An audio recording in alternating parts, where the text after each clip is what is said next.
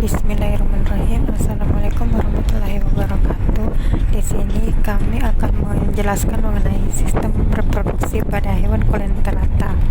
Kami dari kelompok 2 beranggotakan 3 orang, yaitu Fuzia, Nirezkia Yusuf, dan Andi Nurkania. Untuk mempersingkat waktu, saya berikan kesempatan kepada pemateri pertama untuk menjelaskan materinya.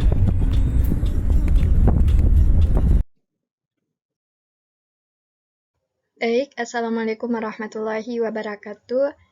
Di sini saya akan memaparkan materi terkait sistem reproduksi hewan coelenterata. Nah, hewan coelenterata itu dapat melakukan reproduksi baik secara aseksual maupun seksual. Reproduksi secara aseksual ini terjadi dengan pembentukan tunas atau budding, yaitu sebuah kelompok sel yang akan berkembang menjadi individu baru. Sedangkan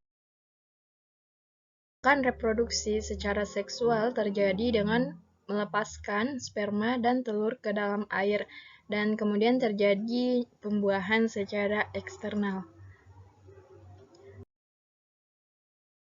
Sistem reproduksi pada hewan coelenterata itu terdiri dari gonad atau organ reproduksi yang terletak di sekitar rongga tubuh. Pada ubur-ubur, gonadnya berupa sepasang kantung yang terletak pada permukaan oral atau bagian mulut. Ini berupa sepasang kantung yang terletak pada permukaan oral atau bagian mulut di sebelah kiri dan kanan. Kantung ini dapat menghasilkan sel telur atau sperma. Selanjutnya, proses reproduksi Aurelia sp. Aurelia sp melakukan reproduksi secara seksual dan mengalami metamorfosis dalam siklus hidupnya. Tahapan reproduksi Aurelia sp adalah sebagai berikut. Yang pertama, pembentukan medusa. Aurelia sp memiliki 2 bentuk tubuh, yaitu polip dan medusa. Siklus hidup dimulai dengan terbentuknya polip yang menempel pada substrat. Polip ini akan berkembang dan membentuk tunas yang kemudian tumbuh menjadi medusa. Yang kedua, pembentukan gonad. Setelah menjadi medusa, Aurelia sp akan membentuk gonad pada permukaan oralnya. Gonad ini dapat menghasilkan sel telur. Yang ketiga, pembuahan. Aurelia sp melakukan pembuahan secara eksternal. Sel telur dan sperma dilepaskan ke dalam air dan terjadilah pembuahan. Zigot yang terbentuk akan berkembang menjadi larva yang kemudian akan menjadi medusa baru. Dan yang keempat, pematangan gonad. Setelah melakukan reproduksi, gonad pada Aurelia sp akan mati. Namun, pada beberapa spesies Aurelia, gonad dapat tumbuh kembali dan menjadi matang kembali. Untuk materi selanjutnya, kami akan membahas mengenai soal sistem reproduksi coelenterata.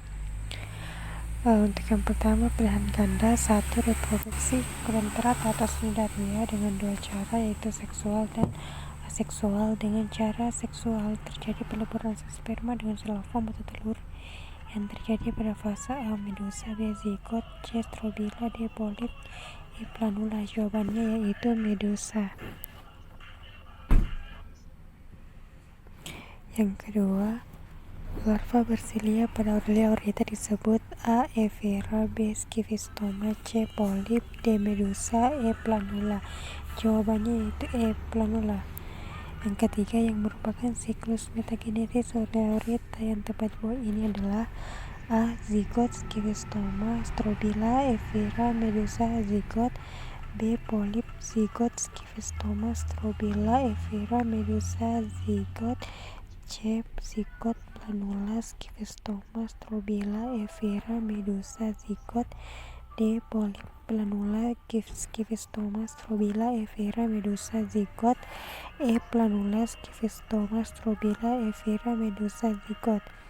Jawabannya yaitu C. zigot, planula, Schistoma, strobila, Evera, medusa, lalu zigot.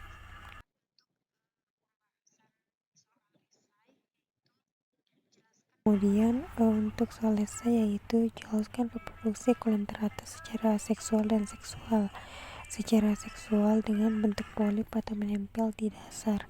Reproduksi seksual terjadi dengan pembentukan tunas atau buding, yaitu sebuah kelompok sel yang akan berkembang menjadi individu baru.